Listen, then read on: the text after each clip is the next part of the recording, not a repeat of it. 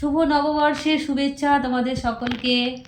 মায়ের পায়ে আলতা পরানো হচ্ছে। দেখো, আমি একটা পায়ের তলা আগে বানিয়েছিলাম নিজে হাতে, মানে স্টিলের যে ঝুমকোগুলো হয় সেই দিয়ে বানিয়েছিলাম, কিন্তু একটা সিলভারের পায়ের তলা পরাবার অনেক দিনের শখ ছিল।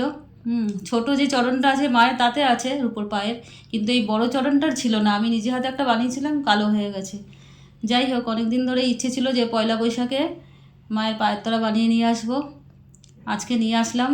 সাধারণত পয়লা বৈশাখের দিন কোনো দোকানে কেনা বেচা হয় না আমাদের এখানে, তবুও একটা দোকানে দেখলাম দিল। হয়ে মা তোর পায়ের নূপুর,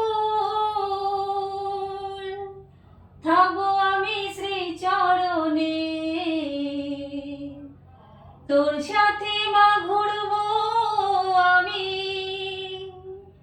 ডাকবো তোকে মনে মনে, জবা করি রাখ মা শ্যামা।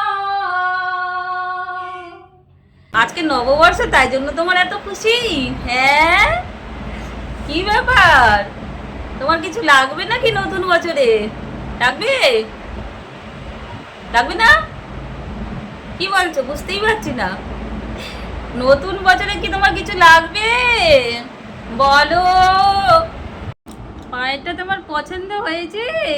হ্যাঁ, ঝুনঝুন ঝুনঝুন আওয়াজ হবে তো। পছন্দ হয়েছে তোমার? বলো।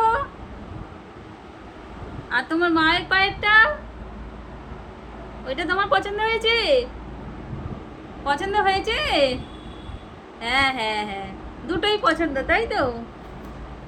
ঠিক আছে, তুমি পরে সারা ঘরে গুড়ু গুড়ু করো, এইবার ছমছম ছমছম আওয়াজ হবে। আজ থেকে আমার অপেক্ষার দিন শুরু। কবে কোন রাত্রিরে যে মা পায়ে নুপুরের আওয়াজ শোনাবে, ছম ছম ছম। আমি এই আওয়াজটা শোনার জন্য ওয়েট করছি। দেখি মার কবে দয়া হয়, মা কবে শোনায় নুপুরের আওয়াজ। ব্যাকুল হয়ে আছি শোনার জন্য। জয় তারা।